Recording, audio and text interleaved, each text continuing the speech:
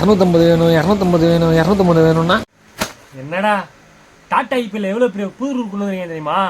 Toss win பண்ணி bowling போட்டால் அவங்க சைன் ஆஃப் பிடிக்கும்போது 25 ஓவர் தருவாங்களாம். எக்ஸ்ட்ரா 5 ஓவர் தந்து சேசிங் பண்ணுங்கன்னு சொல்லுவாங்க. அப்படி விளாண்டுருக்கீங்களே எல்லாம். என்னங்க டாஸ் வின் பண்ணி தோத்தா என்னங்க? 220 அடிச்சா மட்டும் தான் ஜெயிக்க முடியுமா? இல்லை 240 அடிச்சா மட்டும் தான் ஜெயிக்க முடியுமா? 200 அடிச்சா ஜெயிக்க முடியாதா? என்னங்க எல்லாமே தொடர்ந்து ஒரு 4-5 மேட்ச் இந்த மிஸ்டேக் தான் நடக்குது. டாஸை தோத்துட்டோம், நம்ம பேட்டிங் பண்ணுறோமே, நம்ம 250 அடிச்சா ஜெயிக்க முடியுமா அப்படின்லாம் இப்பெல்லாம் கிடையாதுங்க. T20 மேட்சுங்க. ஐபிஎல் வந்துட்டான் ஹர்திக் ஃபர்ஸ்ட் ஹாஃப் எடுத்தாலே 200 அடிக்கணும், அப்பதான் ஜெயிக்க முடியுங்கிற ஒரு மைண்ட் செட், முட்டாள்தனமான மைண்ட் செட்ல வந்திருக்காங்க. அப்புறம் பாத்தீங்கன்னா 18வது ஓவர் 19வது சிராஜ் போடுவார். எத்தனை ரன்மா கொடுத்தாரு? 4 ரன் கொடுத்து ஒரு விக்கெட். இப்போ பாத்தீங்களா, நீங்க மேல மிஸ்டேக் பண்ணது கீழே எங்க வந்து முடிவு பாத்தீங்களா? 19வது ரன் 4 ரன் அடிப்பீங்களாங்க நீங்க.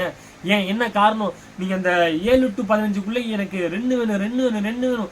15 ரன்லாம் எனக்கு பாலுக்கு பால் அடுங்க, கிடைக்கிற பால 4-6 அடிங்க. உங்களுக்கு எதுக்கு டெத் ஓவர்னு ஒன்று இருக்கு? டெத் ஓவர்ல வந்து இந்த சிராஜ் 4 ரன்னுக்கு போட்டு போறாருங்க. ஆக்சுவலா ஒரு உண்மையிலுமே ஒரு நல்ல பவுலர் தான், ஆனா டெத் ஓவர் ஸ்பெஷலிஸ்ட்லாம் அவர் கிடையாதுங்க. நீங்க அந்த அளவுக்கு பேடா கிரிக்கெட் ஆடி இருக்கீங்கன்னு நான் சொல்லுவேன். பிரதிவி கிருஷ்ணாவும் அப்படிதான். அந்த ஒரு 16 ரன் கொடுத்தாரு, அதனாலதான் அவங்க 169 அடிச்சாங்க. பட் இங்க கூட ஆரம்பிச்சாங்க. எப்படி பவுலர்ஸுக்கு மரியாதை கொடுத்தாங்க. யாரு? லெஜெண்ட்